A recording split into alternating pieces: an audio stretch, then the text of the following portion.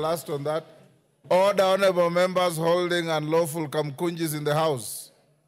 Wamaua and your group. That meeting is illegal. Take your seats or retreat to the corridor and talk from there. Yes, thank you, Mr. Speaker. Let me talk on economic terms. Mr. Speaker, all of us in the North Rift, not all of us in the North Rift, Mr. Speaker, are maize farmers. Majority of us are actually pastoralists in that area.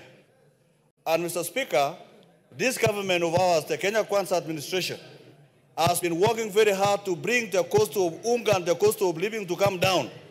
Mr. Speaker, it is only the cost of living and the cost of unga comes down when the prices of maize comes down, Mr. Speaker.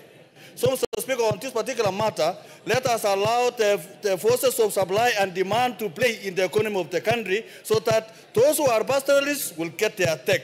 Those who are farmers will get their take, Mr. Speaker, so that there is a fair economic matrix, so that until we reach what is called a lava curve, Mr. Speaker. So, Mr. Speaker, I don't agree with him. Let us have an economy that is determined by the forces of demand and supply so that this country is balanced. Order, DK Donya. Thank you, Mr. Speaker. That's the last. As much as we are discussing about maize, Mr. Speaker, I'm seated with members here, and it seems my colleagues, they are asking questions. We have an impeachment motion of the deputy in the Senate. He has not appeared for the afternoon session, Mr. Speaker. And we are worried.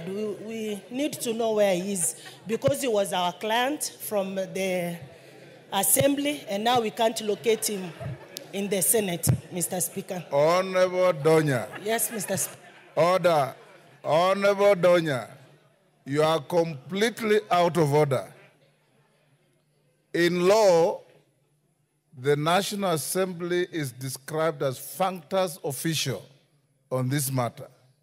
You handled it, you passed on, you have no jurisdiction or authority over it anymore. What is happening is in the Senate has nothing to do with what happened here. We don't supervise the Senate. Order. Neither is it your responsibility to track the whereabouts of the Deputy President. And it has never been, and it will never be. Chairman, Agriculture. Yes, Odiwar. Odiwar. The deputy president is my constituent, and him missing is not a good thing, sir.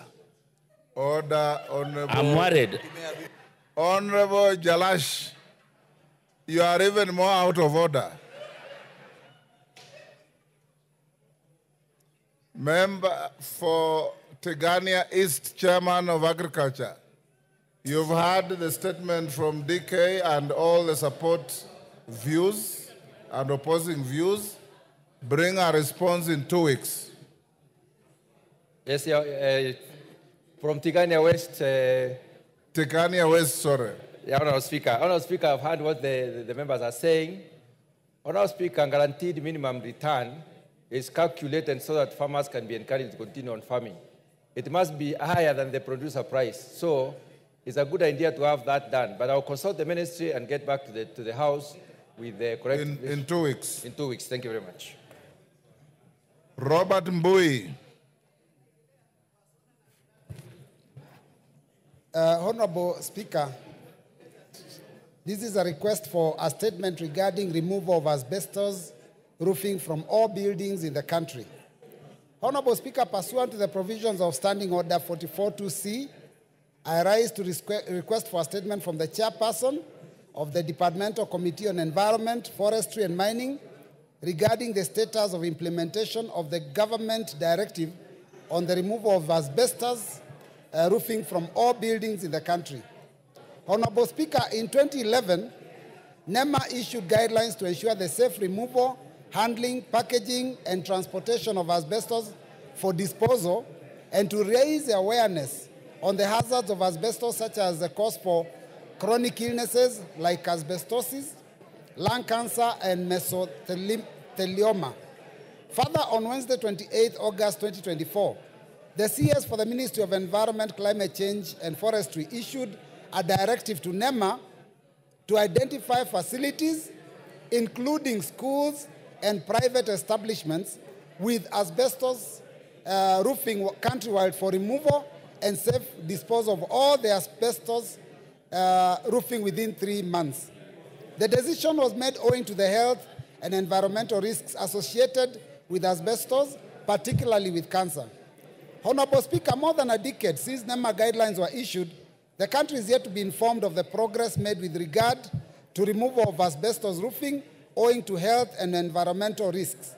Honorable Speaker, it is against this backdrop that I request for a statement from the chairperson of the Departmental Committee on Environment, Forestry and Mining on the following.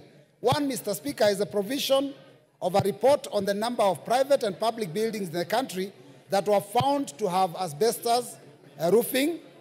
Two, the progress made with regard to the implementation of the directive on removal and safe disposal of all the asbestos roofs, particularly in public utilities. Three, a report on whether the guidelines, the timelines provided by the Cabinet Secretary are adequate to carry out the removal and disposal of all the asbestos from all the affected buildings in the country, and an assessment of the cost implication of the exercise and its effect on the possibility of compliance within the given timelines. And this is because these are a lot of public institutions are the ones that are going to be affected by this. Thank you, Mr. Speaker. Chair, Environment, Forestry and Mining, Honorable Gikaria. Yes, Speaker.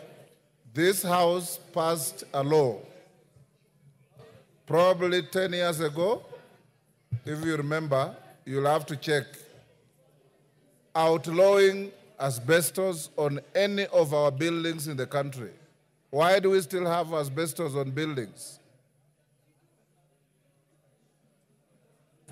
Honorable Speakers, actually it was, Honorable Speaker, if you remember during our vetting, when the nominee then, Mr. Duale, came before us, he made a commitment to be able, so if he gives us maybe 2 weeks, we will be under, about the law that was passed. Again, Honorable Speaker, I'll be checking this evening for me to be able to give an update next week. Okay, Dr. Bukose. Honorable Speaker, this issue about asbestos is